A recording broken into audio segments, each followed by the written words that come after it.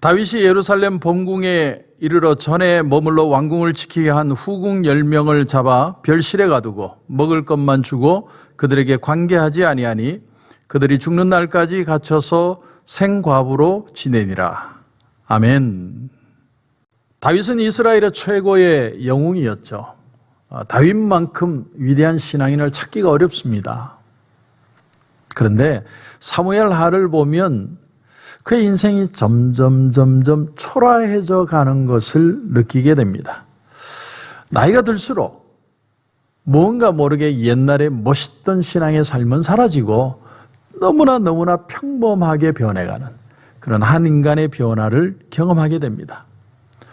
정말 다윗에게 인생의 신앙이라고 보였던 것은 골리앗과 싸울 때, 또 사울에게 죽을 뻔했지만 사울을 2번이나 살려줄 때, 그런가 하면 하나님의 법궤를 예루살렘 성으로 가지고 올 때, 그때 그의 신앙이 아주 아름답게 드러납니다. 그러나 다윗이 나이가 들수록 그의 삶이 점점 초라해지는데, 사무엘 하가 넘어가고 열왕기 상에 들어가면 1장에 보면 그가 너무 나이 들어서 추워가지고 여자를 하나 넣어줬다, 그 얘기가 나옵니다. 요즘 같으면 전기장판을 깔아줬을 텐데 그 여자를 넣어줬다는 얘기가 성경에 나오는 사실을 보면서 도대체 이게 뭘 보여주는 것일까? 여러분, 우리가 여기서 깨달을 수 있는 한 가지 사실은 다윗도 별 수 없이 인간이라는 거예요. 인간. 사람은 그렇게 초라하게 늙어갑니다. 다윗의 삶에 있어서 가장 훌륭했을 때는 언제냐면 그가 임금이기 전입니다.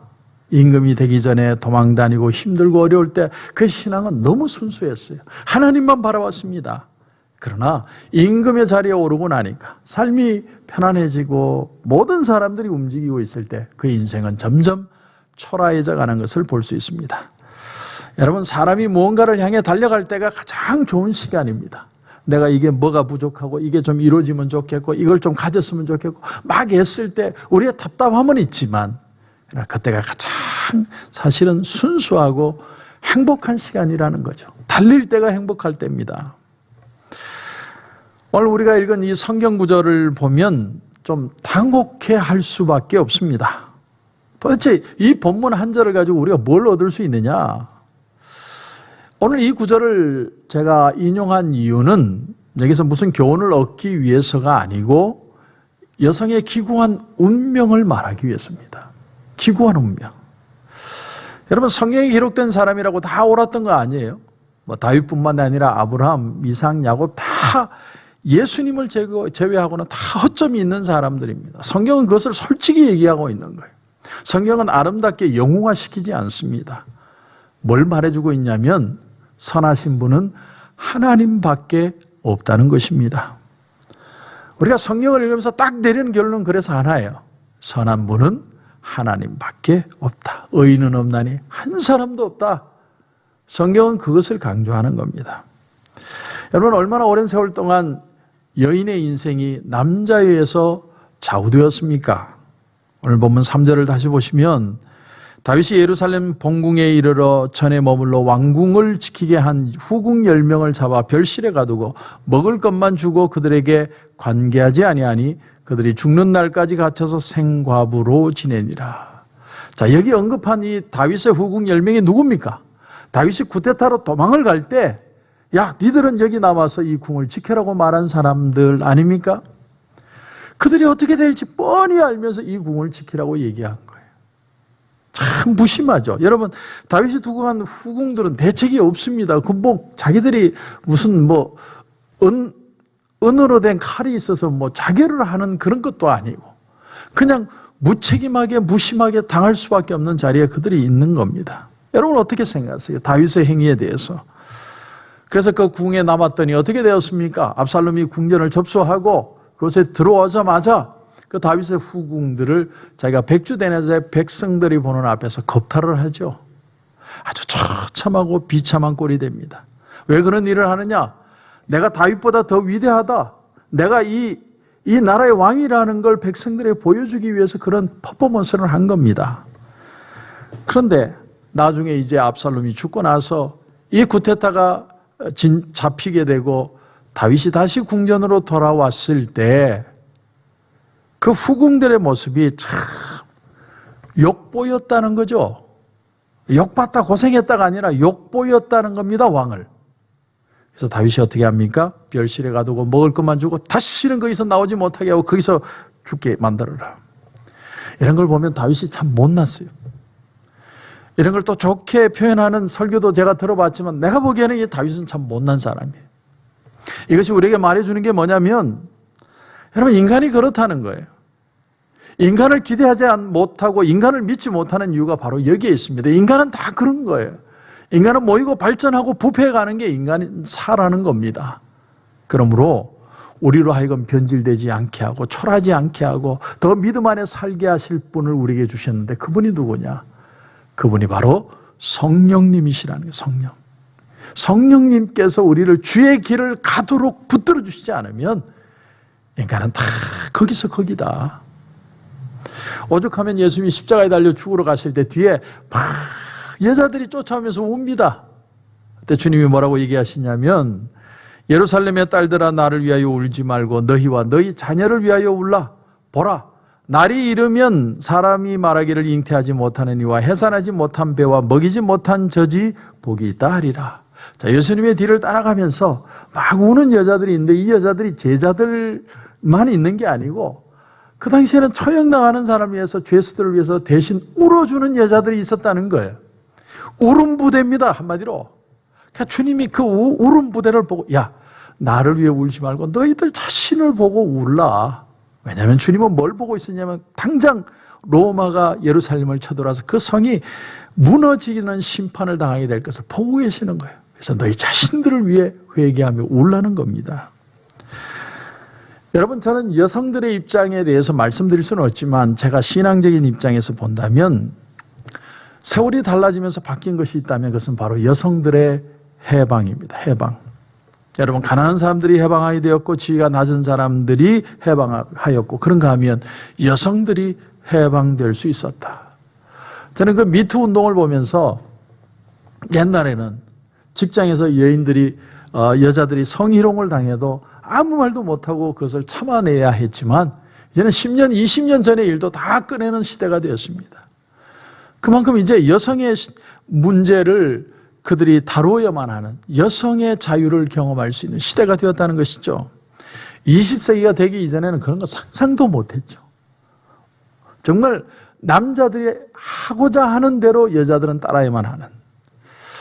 그래서 오늘 본문이 던져주는 교훈은 좀 이상할지 몰라도 남자를 너무 의지하지 말라는 겁니다. 너무 의지하지 말아라. 스스로 은혜로 믿음으로 설 수 있는 용기가 필요하다는 거예요. 상담하게 보면 가족 가계도에 대해서 배우게 되는데 그게 보면 이 건강한 가족 관계가 어떤 관계냐. 아빠를 중심으로 쫙 기대고 있고 혹은 엄마를 중심으로 쫙 기대고 있는 그 가계도가 가장 안 좋은 시스템이라는 거예요. 왜냐하면 아빠가 없어지면 그 가족 다 무너지는 거예요. 엄마가 없어지면 그 가족 다 무너지는 거예요. 그러니까 가장 건강한 가족 관계가 어떤 거냐면 스스로가 독립하여 설 수 있는 가족 관계. 그렇게 서로 건강하게 서 있으면서 서로 도움을 주고 도움을 받을 수 있는 관계가 될 때 가장 이상적인 가정의 모습이 될 수 있다는 겁니다.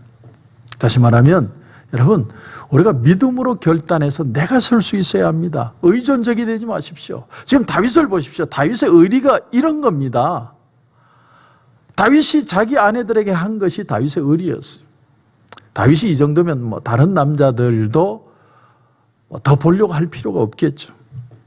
그래서 이제 가장 중요한 것이 뭐냐면 정말로 여자들을 이해하고 도우시려 했던 분이 예수님이죠. 예수님. 여러분, 가늠하다가 현장에서 잡혀온 여인, 그 여인에 대해서 참 저는 그 본문을 볼 때마다 이해가 안 되는 게 그 사고친 놈은 어디 갔냐니, 놈. 왜 여자만 잡아오느냐는 거야. 여자 혼자서 사고를 칠 수가 없죠. 놈도 잡아와야 되죠. 그걸 예수님은 알고 계시는데 그런데 그 자체의 그 문제에 대해서는 언급하지 않으시고 어떻게 얘기하시냐면 너희 중에 죄 없는 자가 먼저 돌로 쳐라. 그때 나이든 어른으로부터 아이들까지 다 돌을 두고 떠났다고 그랬습니다. 이게 순서가 참 재밌습니다. 나이든 어른부터 떠나는 거예요. 여러분, 젊었다는 게 뭘까요? 젊은 사람들은 의협심이 있고요. 그리고 인간을 이해하려는 마음이 부족해요. 젊은 사람들은 쉽게 흥분하고 또 이상적이고 내가 생각할 때 이건 틀리면 틀렸다고 얘기를 해야 되고, 근데 하나 놓치는 게 뭐냐면 자기도 인간이라는 걸 놓쳐요. 나도 실수하고 나도 넘어질 수 있다는 사실을 놓칩니다. 그래서 오늘 본문을 보면 먼저 깨달았던 어른들부터 아이들, 젊은 사람까지 다 돌을 두고 떠났다. 지금까지는 남자들이 함부로 여자를 돌로 칠 수 있다고 생각하는 시대였다면 이제는 주님이 그들의 행포와 폭력과 분노와 불의함으로부터 여자들을 지켜주시는 거예요. 다분히 여성을 이해하고 그들의 마음을 이해하고 그들의 마음을 만져주는 그런 주님의 모습을 발견하게 됩니다. 이 일은 더 나아가서 주님이 단지 그 가늠한 여인을 구해주는 정도가 아니라 여자들을 치료해 주시기도 하고 또한 여자들을 가르치기도 하십니다. 똑같이 남자들처럼. 그래서 예수님의 무릎 아래에서 이 마리아가 주님의 말씀을 듣는 장면이 본문에 나오지 않습니까? 여러분, 예수님의 어떤 마인드를 알 수 있냐면 똑같이 남자와 여자를 다 같이 주님 나라의 그런 백성으로 생각한다는 거예요. 그러니까 남자를 가르치는 동일한 방법으로 여자들도 가르치고 계시는 겁니다. 똑같이 하나님 나라의 일꾼으로 보고 하나님 나라의 백성으로 보고 하나님의 그 사역을 감당하는 동일한 존재로 여자들을 보고 계신다는 겁니다. 그러므로 이제는 여러분, 남자도 그렇고 여자도 그렇고 이제는 자신의 존재 가치를 한 남자의 아내로서 찾으려 하지 말고 하나님 나라의 백성으로서의 찾고 하나님의 자녀로서 자신의 존재 가치를 찾을 줄 알아야 된다는 거예요. 물론 한 가정의 엄마로서 내가 남편을 뒷바라지하고 남편을 위해 헌신하는 부분이 분명히 있습니다. 그러나 여기에서 더 나가서 신앙 안에서 남편을 보고 신앙 안에서 자식을 보고 신앙 안에서 가족을 볼 수 있어야 더 큰 그림, 더 건강한 가족을 이룰 수 있다는 것이죠. 여러분, 기억하셔야 돼요. 사람은 믿음의 대상이 아니고 사랑의 대상입니다. 여러분, 이 말을 이해하시겠습니까? 우리의 자녀들도 남편도 내가 믿음으로 일어서고 내가 은혜를 붙들고 일어설 수 있어야 가족이 건강해질 수 있습니다. 그러므로 누구든지 예수님을 바라보기만 하면 생명수가 그분을 통해서 내게 흘러나와서 나를 회복하고 우리 가정을 회복하고 주님 안에서 믿음으로 설 수 있는 가정을 만들어 주시는 겁니다. 그런 은혜와 도전이 저와 여러분 속에 있기를 주님의 이름으로 축원합니다. 기도드리겠습니다. 하나님, 은혜를 감사합니다. 다윗의 후궁들의 사건을 통해 인간의 한계가 뭔지를 깨닫게 하심을 감사합니다. 하나님, 우리가 인간을 의지하고 인간을 믿는 게 아니라 주님을 믿고 주님을 따르고 주님의 은혜 안에서 세상을 보는 눈을 가지게 해주셔서 우리 자신도 우리 가정도 우리의 모든 원하는 소원들도 크고 놀라운 은혜의 삶으로 바뀌어지게 하여 주옵소서. 오늘도 기도하는 가운데 하나님 이런 큰 은혜 주실 줄 믿고 예수님의 이름으로 기도드립니다. 아멘.